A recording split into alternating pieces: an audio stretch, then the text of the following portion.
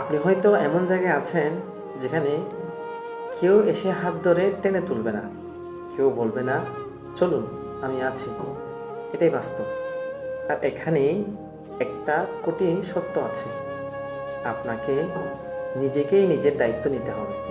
আপনি যদি আজও আগের মতোই থাকেন, আগামীকালও ঠিক তাই হবে। কারণ সময় কাউকে বদলায় না, সিদ্ধান্ত বদলায়। এই কথাটা শুনতে শক্ত, কিন্তু এটাই আপনাকে বাঁচাবে। আপনার জীবনে কিছু মানুষ হারিয়ে গেছে, কিছু সুযোগ নষ্ট হয়েছে, কিছু স্বপ্ন মাঝপথে ভেঙেছে। এগুলো অন্যায় না, এগুলো অভিজ্ঞতা।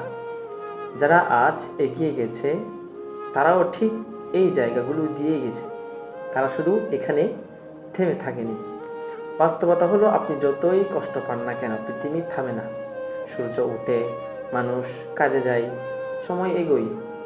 আপনি দাঁড়ান বা বসে থাকুন, সময় তার কাজ করবে। তাই প্রশ্ন একটাই, আপনি সময়ের সাথে যাবেন না সময় আপনাকে পিষে ফেলবে?